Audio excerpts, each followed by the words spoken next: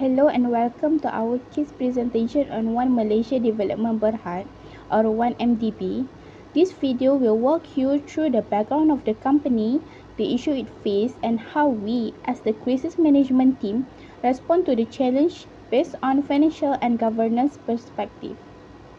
Let me begin by introducing our team members who represent different roles involved in this analysis.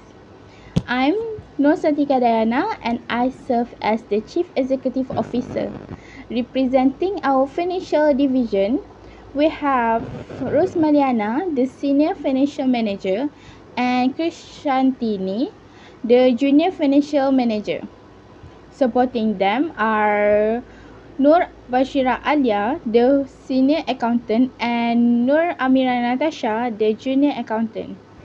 From the audit team, we have three members, FIRDAUS, SYAHMI, and SYAKIR serve as auditor. Lastly, we are joined by NURDINI representing our board of directors. Each of them will play a role in addressing the financial, accounting, and audit related concerns highlighted in this case.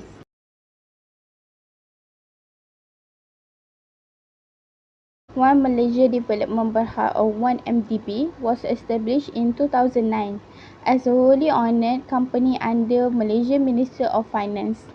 The company mission was to drive long-term economic growth through strategic investment in energy, infrastructure and real estate in support of Malaysia Vision 2020.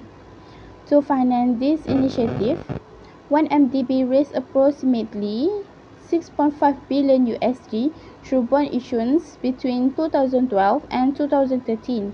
These bonds were underwritten by Goldman Sachs and guaranteed by IPIC, the International Petroleum Investment Company of Abu Dhabi.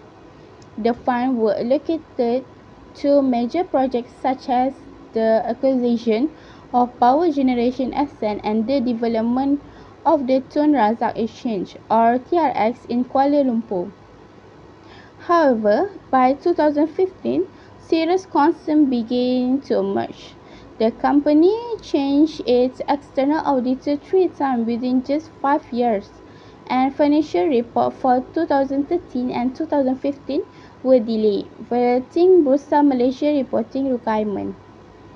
Investigation uncovered that 700 million USD had been transferred into a personal account linked to Malaysia then Prime Minister.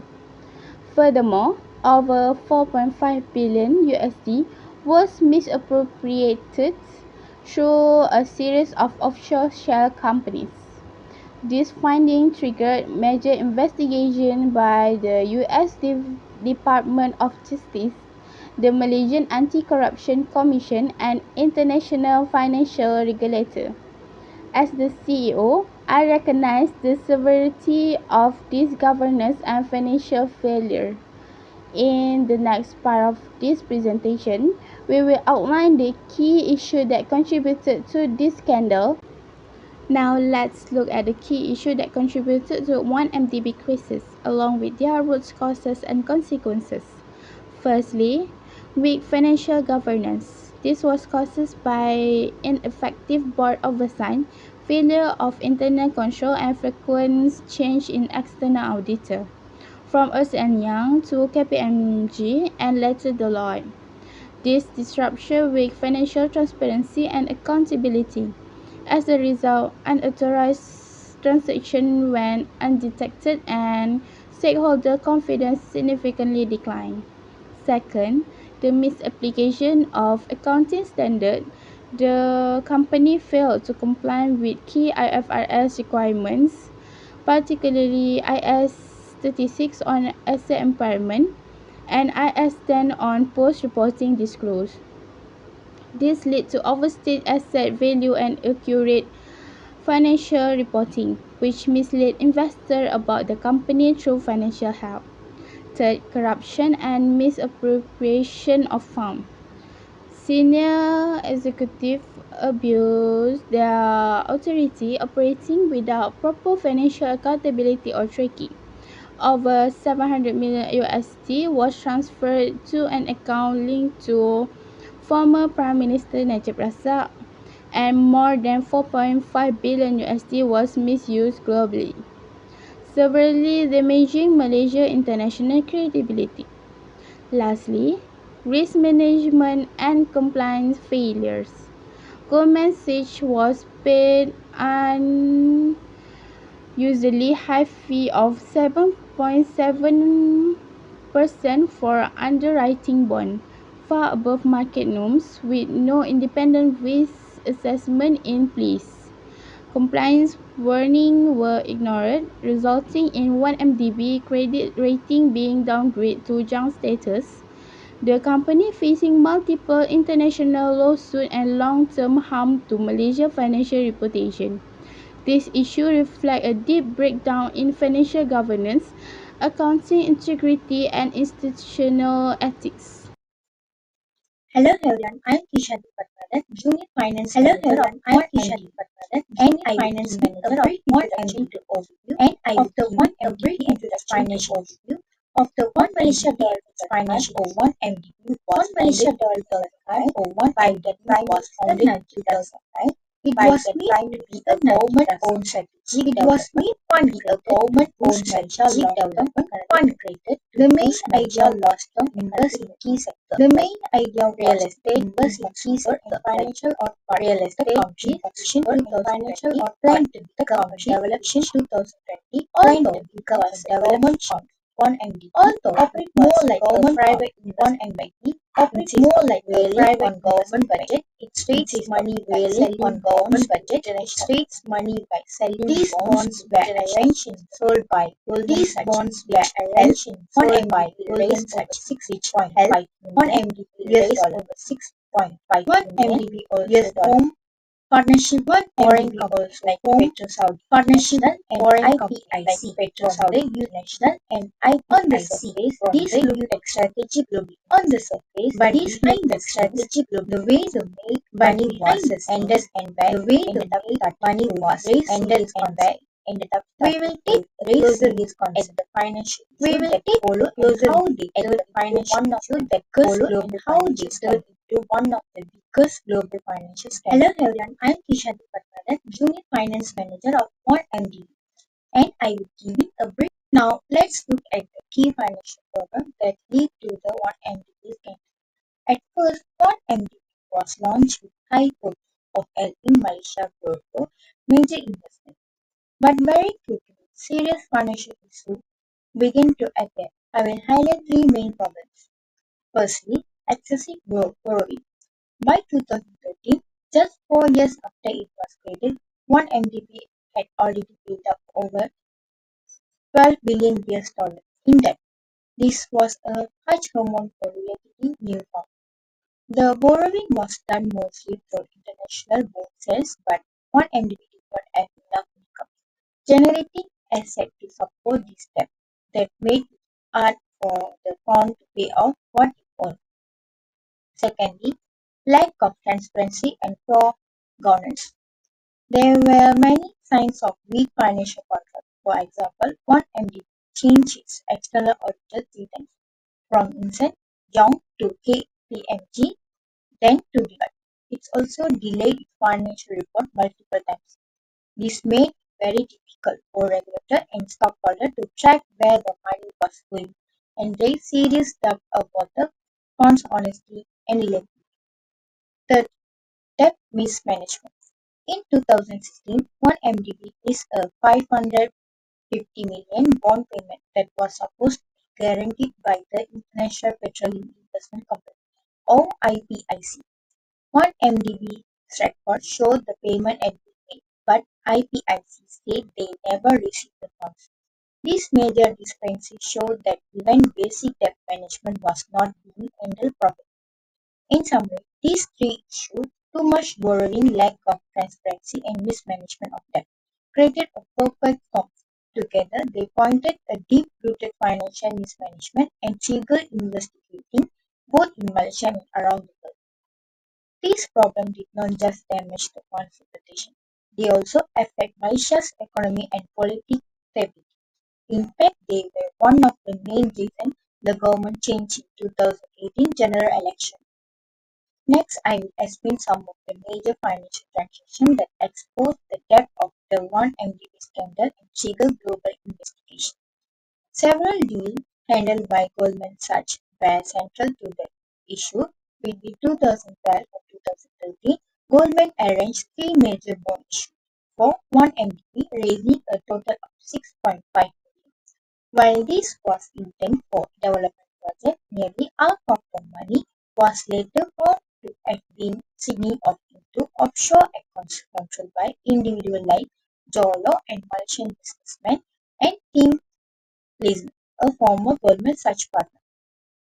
These funds did not go toward nation building.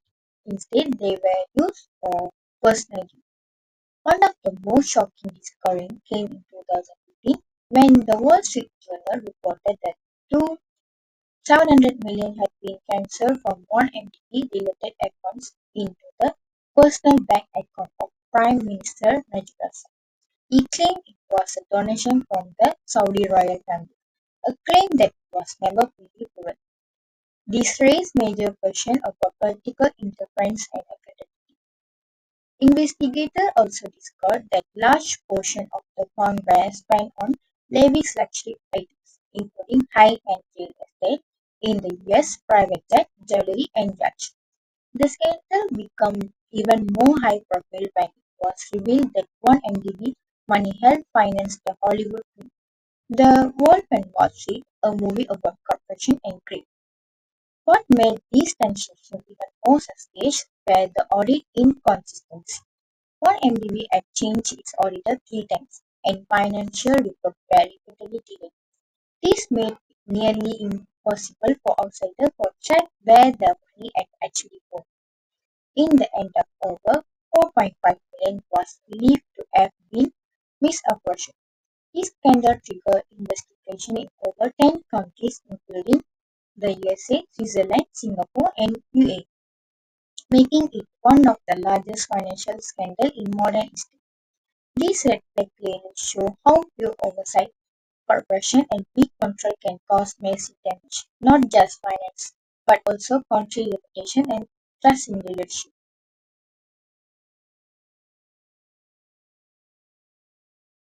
I am ROSMAELYIANA binti LAZIM. Now I will continue with the financial mismanagement of One Malaysia Development Berhad 1MDB. The financial mismanagement at 1MDB involved poor investment decision, excessive borrowing, and large-scale misappropriation of funds. By 2015, the company's debt had increased to approximately 42 billion ringgit Malaysia. Despite this massive liability, many of its investments failed to generate sufficient return. Investigations revealed that around USD 4.5 billion or roughly 19 billion ringgit Malaysia was misappropriated from one MTB between 2009 and 2015. This created a severe liquidity crisis where the company struggled to meet its debt obligations and operational costs. Next, impact on stakeholders. The consequences of this scandal were far-reaching. For Malaysian government, which guaranteed 1MDB's debt, the financial burden shifted to taxpayers. Public funds had to be used to service the debt, diverting resources from national development. Investors, including international banks and bondholders, lost trust in Malaysia's financial governance, credit rating were downgraded, and Malaysia's sovereign debt outlook was negatively impacted. The public bore the greatest cost. The scandal led to a loss of public trust in government institutions. Funds that could have been allocated to healthcare, education, or infrastructure were instead used to cover 1MDB's obligations. In some years, 1MDB overstated the value of its asset while understating liabilities. Auditors like KPMG and Deloitte, who initially signed off the accounts, withdrew their audit reports when the truth came to light. To highlight, in 2013, 1MDB claimed assets of 51 billion ringgit Malaysia, but much of this included questionable or inflated valuation. After forensic audits, it became evident that these figures did not reflect the company's real financial position. The lesson here is simple. Always be honest, manage money wisely, and make sure there are checks and balance in place. Good morning everyone, I am Natasha, the senior accountant for this case. I will now present 4 key accounting irregularities identified in the 1ADB scandal, along with the international standards that were violated. Firstly, revenue was recognized from investments that did not exist. This violates IFRS 15, which states that revenue must only be recorded when it is earned and based on actual performance obligations. The impact of this is that financial statements show profits that were never generated, misleading users about the company's true performance. Secondly, large amounts of borrowings were not disclosed in the financial statements. This breached Accounting Standard 1, which requires complete and transparent reporting of a company's financial position. As a result, the company appeared financially healthier than it actually was, and stakeholders were unaware of the high debt exposure. Thirdly, public funds were transferred into personal or unauthorized accounts without proper reporting. This violates IAS 7, which requires all cash inflows and outflows to be clearly recorded and classified. The consequence of this action is that cash flow statements become unreliable and fail to reflect the true use of funds. Lastly, the company overstated the value of its assets to hide financial losses. This goes against IAS 16, which states that assets must reflect fair value and be adjusted for impairment when necessary. The effect of this was an inflated financial position that masked the company's actual condition and delayed corrective measures. In summary, 1NDB violate IFRS 15, IAS 1, IAS 7, and IAS 16, resulting in fake profits, hidden debt, misuse of public funds, and overstated assets. As the senior accountants, I confirm these were not accounting mistakes, but serious breaches of financial standards and professional ethics. Now, let's look at the impact of the 1NDB scandal and the important lessons it leaves behind. Firstly, investors were misled. People made financial decisions based on fake profits and inaccurate financial reports. This led to significant financial losses and damaged overall investor confidence. Secondly, over 4.5 billion was misused. This massive fraud caused serious harm to Malaysia's economy and public trust in government companies. Thirdly, legal action were taken across several countries. Authorities filed lawsuits, froze assets, and charged individuals involved in the scandal. Lastly, Malaysia's financial reputation suffered internationally. The case weakened confidence in our financial system and corporate governance on a global scale.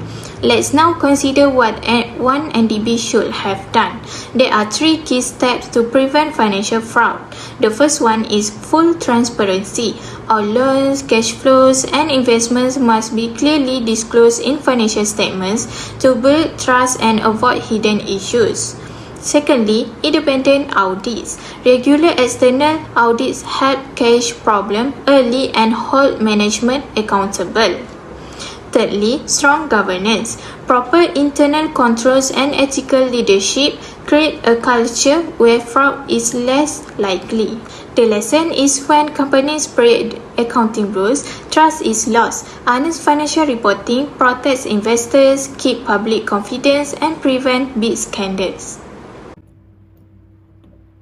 By looking at accounting failures in the 1NDB case and what the correct treatment should have been. First, under proper financial reporting, 1NDB misrepresented its financial position by inflating assets and hiding debt. The correct treatment would have been to follow IFRS and MFRS standard, ensuring transparency and proper disclosure of liabilities. Second, under asset valuation, 1NDB overstated the value of its investment without reliable data. According to IFRS 13, assets value must be reported based on fair value using market data, with independent third-party valuation were needed. Next, in revenue recognition, 1NDB claim revenue from fake or unrealistic investment. Under IFRS 15, revenue should only be recognized when performance obligations are satisfied, not on speculative or future income. Finally, under Audit and Internal Control, KPMG and Deloitte signed off financial statements without uncovering the fraud, and internal audits were either weak or manipulated. In reality, stronger external audit were necessary, and internal control should have been established to detect and prevent unauthorized transactions. All of these issues show how failure to apply proper accounting standard contribute directly to the scandal. To prevent future scandals like 1NDB, we propose 4 key recommendations. First one, strengthening internal control. Companies should implement strict financial oversight to avoid unauthorized transactions. A whistleblower system should also be introduced to protect employees who report wrongdoing. Additionally, independent board approval should be required for major transactions. Second, improving corporate governance. Board members must be independent and not politically connected. This should be a transparent financial reporting system, and all major investment decisions should go through a detailed justification process. Next, strong external audit and oversight. Audits must be done by independent firms with no conflict of interest. This audit should be rotated periodically, and regulators should have real-time access to financial information. Auditors who fail to detect fraud should be face strict penalties. Last one, regulatory and legal reform. Government must enforce tougher penalty for financial crime and corruption. All government-linked companies should disclose financial to the public, and anti-money laundering policies must be strengthened to track funds globally. In conclusion, applying the correct accounting treatment and implementing this governance reform are crucial steps in restoring trust and preventing another financial disaster like 1NDB.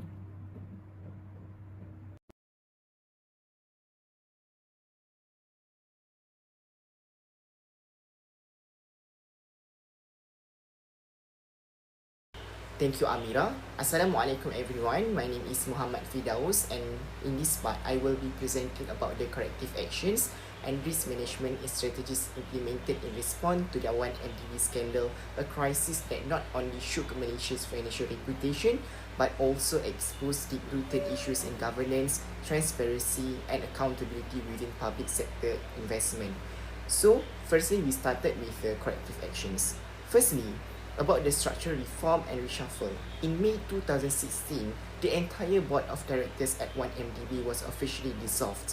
This decision was a crucial turning point that marked an admission of failure in the company's leadership structure.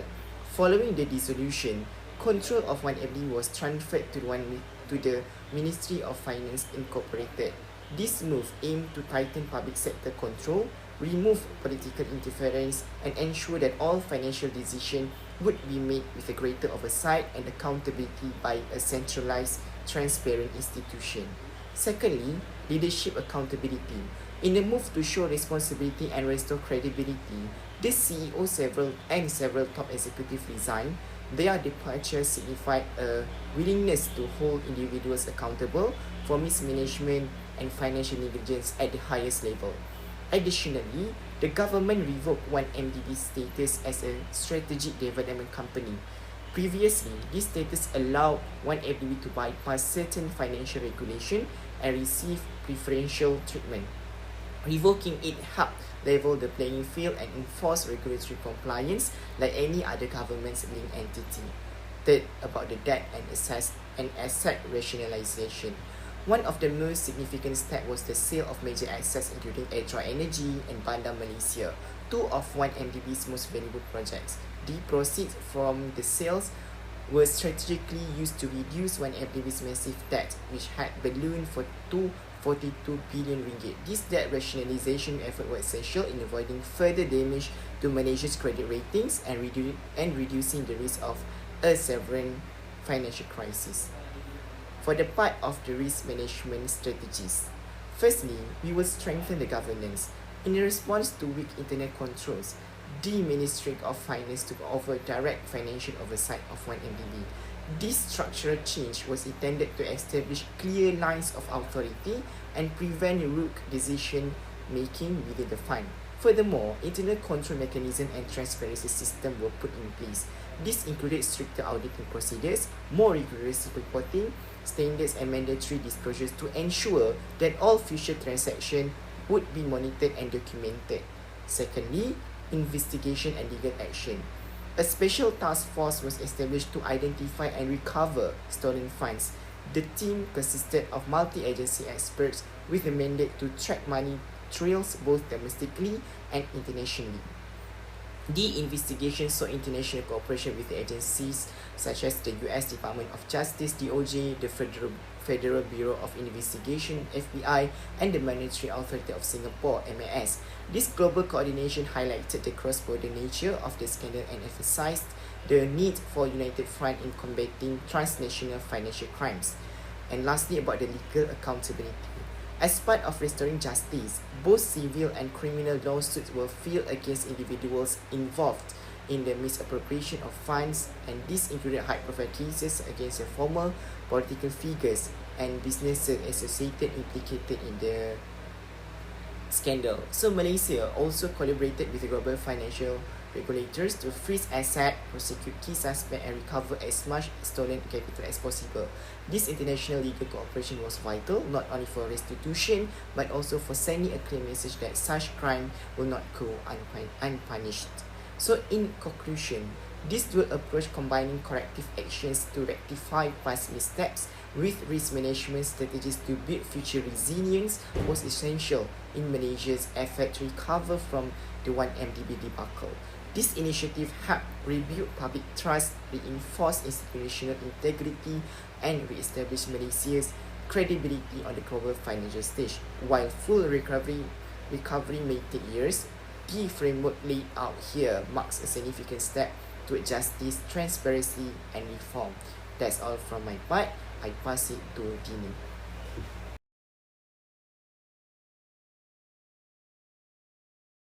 Look at the governance issue in the 1MDB scandal.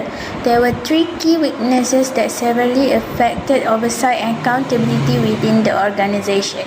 First, lack of independent oversight, where the board failed to critically evaluate major financial decisions. This allowed management to operate without proper checks and balance, creating a high risk of abuse. To address this, it is recommended that an independent audit and risk committee be established to ensure more transparent and objective oversight. Secondly, there was serious conflict of interest. Some board members may have political or personal ties that influence their decision, compromising their objectivity. A practical solution to this is to enhance the board's composition by including more independent and qualified members who are free from external influence. Lastly, weak risk governance structure, where 1MDB lacked a proper risk governance structure. There was no dedicated risk committee or clear process in place to assess and mitigate financial or reputational risks. To strengthen this, the company must implement transparent reporting mechanism or clear accountability policies to manage risk effectively.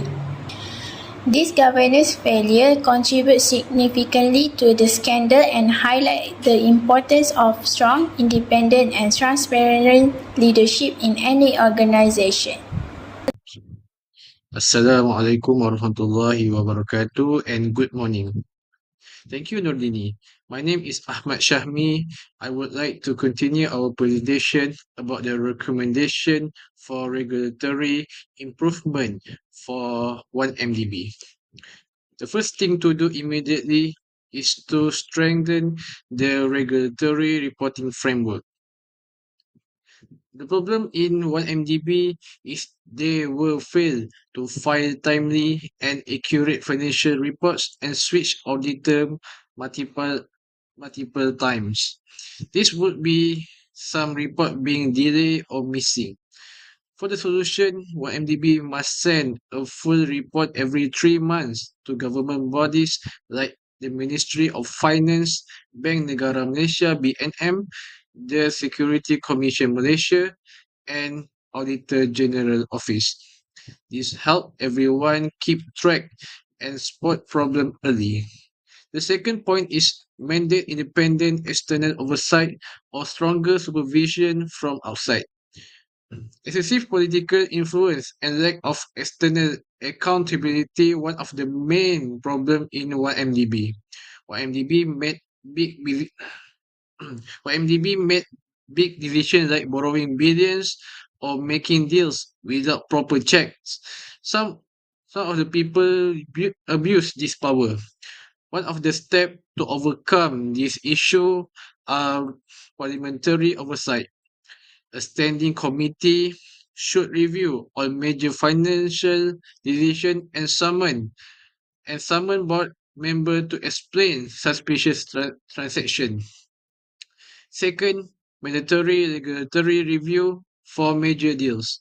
Any project or bond issuance with a big money should be reviewed and approved by the Ministry of Finance, supported by a legal due diligence report and financial feasibility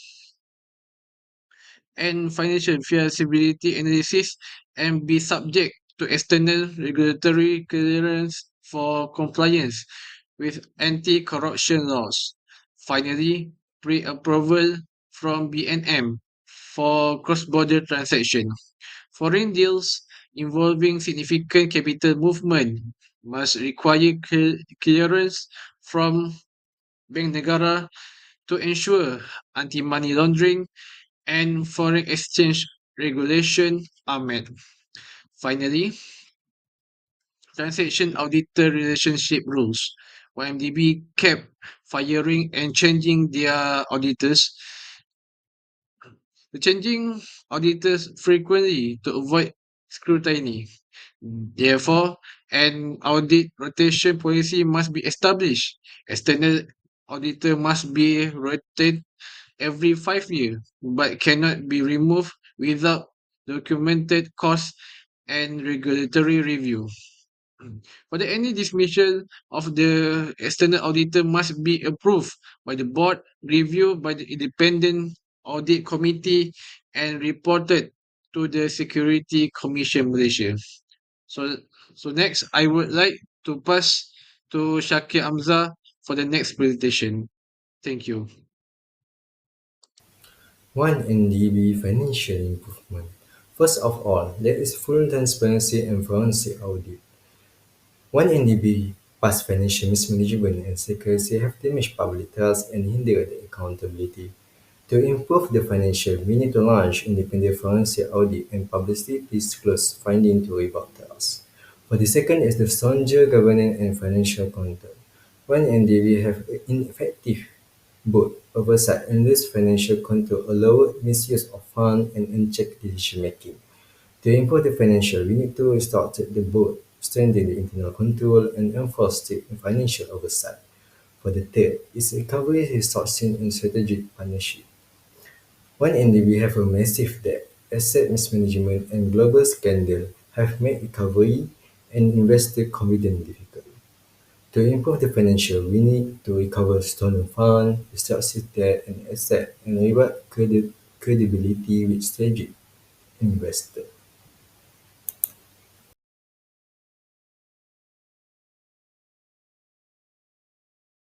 Question 1.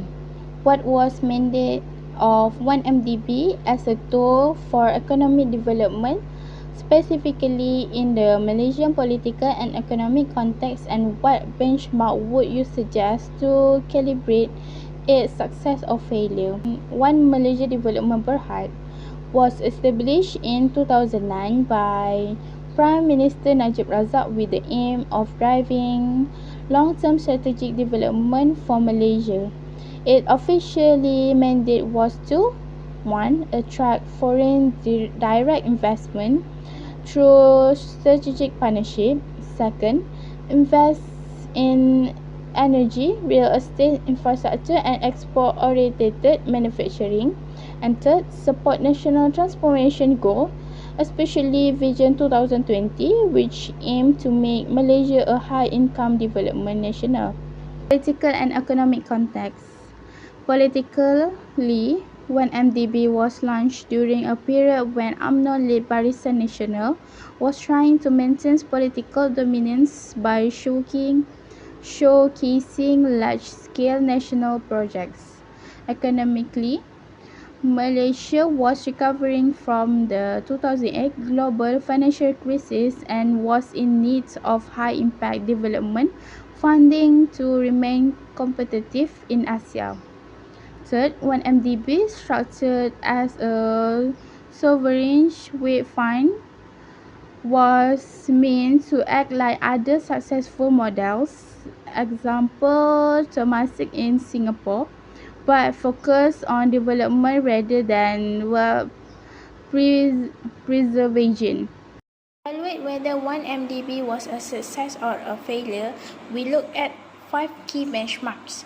First, financial transparency and accountability. We ask whether fund usage was properly disclosed and if annual reports were audited and released on time. Failure in these areas, such as changes in auditors or delay reports, often point to serious governance breakdowns. Second, economic impact on Malaysia. The question is whether 1MDB's investment brought real economic benefit like job creation, infrastructure growth, or increased foreign direct investment. Here we use benchmarks such as measurable contribution to GDP, FDI inflow, and local industry development. Third, debt sustainability. Did 1MDB handle its borrowings responsibly? The debt-to-asset ratio and ability to repay bonds without government's bailouts are key indicators. In reality, 1MDB had very high debt, around $12 billion, and even missed payment to IPIC, signaling financial mismanagement. Fourth, governance and compliance. This measures how effective internal controls and board oversight were. The benchmark here is adherence to Malaysia's corporate governance codes and anti-corruption standards. Finally, public trust and political stability.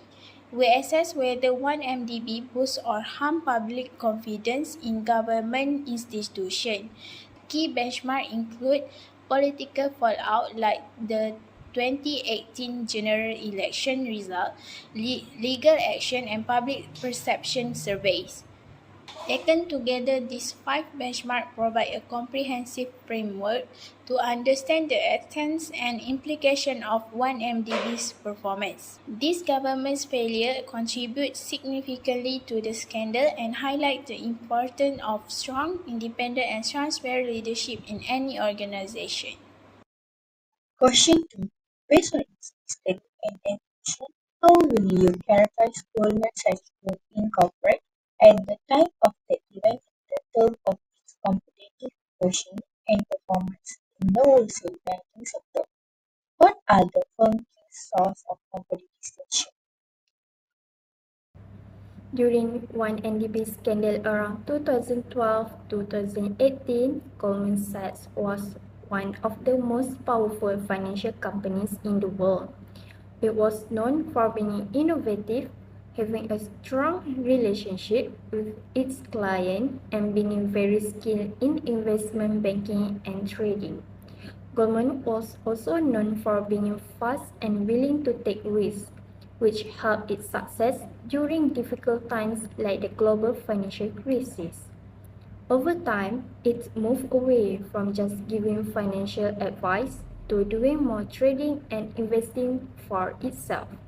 Some people even said it looked more like a hedge fund than a traditional bank.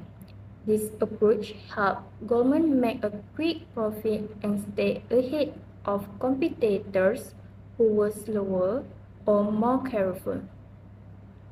But by the middle of 2010, Goldman faced more competition from big banks like JP Morgan and Bank of America.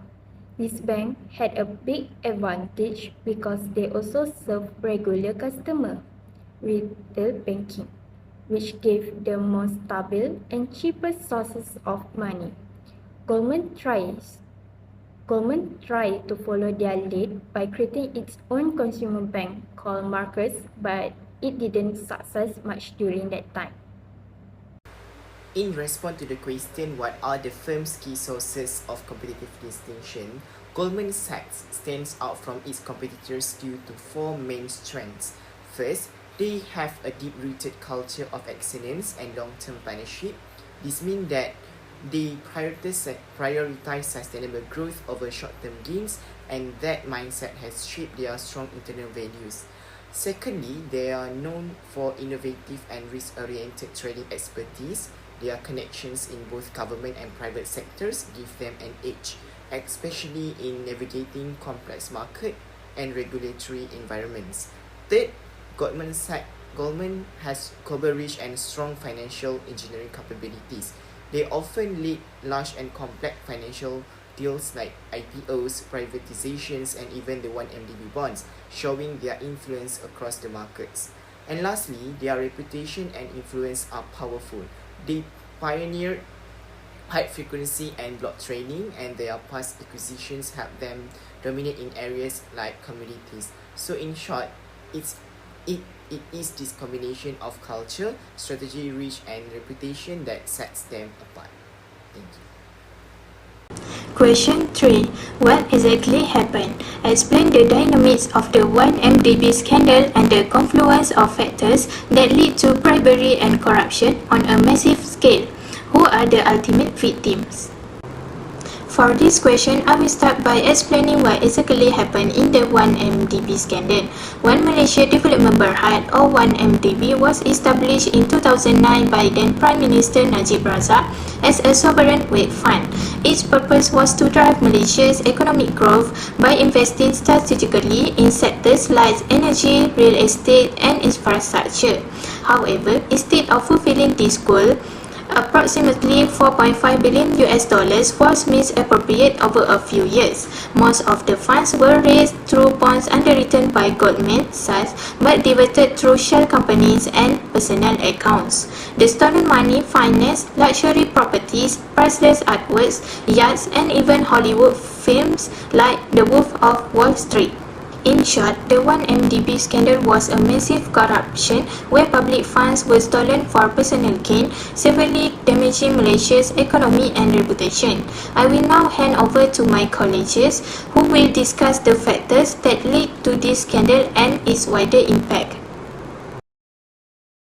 In this section, I will explain how a combination of factors allowed the 1MDB scandal to grow into one of the world's largest corporations. First, weak governance and oversight. 1MDB suffered from very weak internal control. There were almost no proper check and balance. The fund changed its auditor 3 times, delayed its financial report, and failed to properly track how billions of dollars were used. Even worse, government oversight was missing or suppressed. When officials tried to investigate or raise concern, many were either transferred, silenced, or removed from their position altered. This created a dangerous environment where financial misconduct could go unnoticed or unchallenged. Second, global network of money laundering. Second, the scale of the scandal became global threat and international money laundering networks. Stolen funds were moved through banks in Switzerland, Singapore, Hong Kong, and US, making it difficult to trace and discover the money. Along the way, bribes were paid of powerful individuals, not just in Malaysia but also in the United Arab Emirates, to approve deals, ignore suspicious transactions, and protect the flow of money. This global reach gave the scandal its first scale. Third, political capture and suppression. Lastly, political power was used to block accountability. Prime Minister Najib Razak had full control of one entity and used his position to suppress criticism. When a 700 million transfer was discovered in his personal account, he claimed it was donation from the Saudi royal family, a story that was never verified with solid evidence. A fire investigator resolved the cabinet and labeled it as a mess. This suppression allowed the corporation to continue for years without proper legal constitution until the 2018 general election changed the political landscape. In short, it was a combination of weak governance, global lending network, and political control that enabled one entity to become mainstream. It was served as a reminder that without transparency, accountability, and independent oversight, even national interests can be exploited for personal and political gain. For the last question, for question number 3 is who are the ultimate victims? Number 1 is Malaysia citizen. The money that was stolen came from Malaysia and should have helped its people. Because of the loss, the country had more debt and important projects like roads, school and hospital were delayed or affected. The Malaysian image in the world was damaged, making it harder to attract investors or gain trust. Number 2, investors and taxpayer. Big companies around the world were tricked into buying bonds based on lies. In the US, taxpayer taxpayer money was used to pay for the investigation and legal action, even though they had nothing to do with the fraud. Number three, number three, the employees and stakeholder in affected institutions. At the Goldman Sachs, the scandal showed problem in how the company was being run and supervised. This hurt the company's reputation, caused losses for shareholders, and made people lose trust in the wider financial system. Question 4. Given its central role, what were the key Goldman Sachs compliance and risk management failures? Why did they materialize? What are the consequences for the firm? Key failure and why they happen. Although Goldman Sachs is known for strong risk control, it failed to stop illegal financial activity during the 1MDB scandal. We have 4 points. First of all is weak internal control. The company trusted dishonest employees like Tim Lessness and Roger Ng, even when warning signs appeared. Second, poor due diligence. Goldman ignored clear signs of fraud and suspicious deals. For the third is the greedy motive. The firm earned 600 million in fee, much more than usual, which suggests they were focused on profit over ethics. For the fourth is no support for whistleblowers. Employees did not feel safe or encouraged to report suspicious activity. What happened as a result? First, huge fine. Goldman paid $3.9 billion to Malaysia and $2.9 billion in other penalty. For the second is damage reputation. The scandal hurt Goldman image and public trust. For the third is legal trouble. Some executives were charged and punished. For the fourth is tighter rule. Regulators now watch Goldman Sachs more closely. In short, the bank failure to control risk and ethically led to major financial, legal, and reputational damage.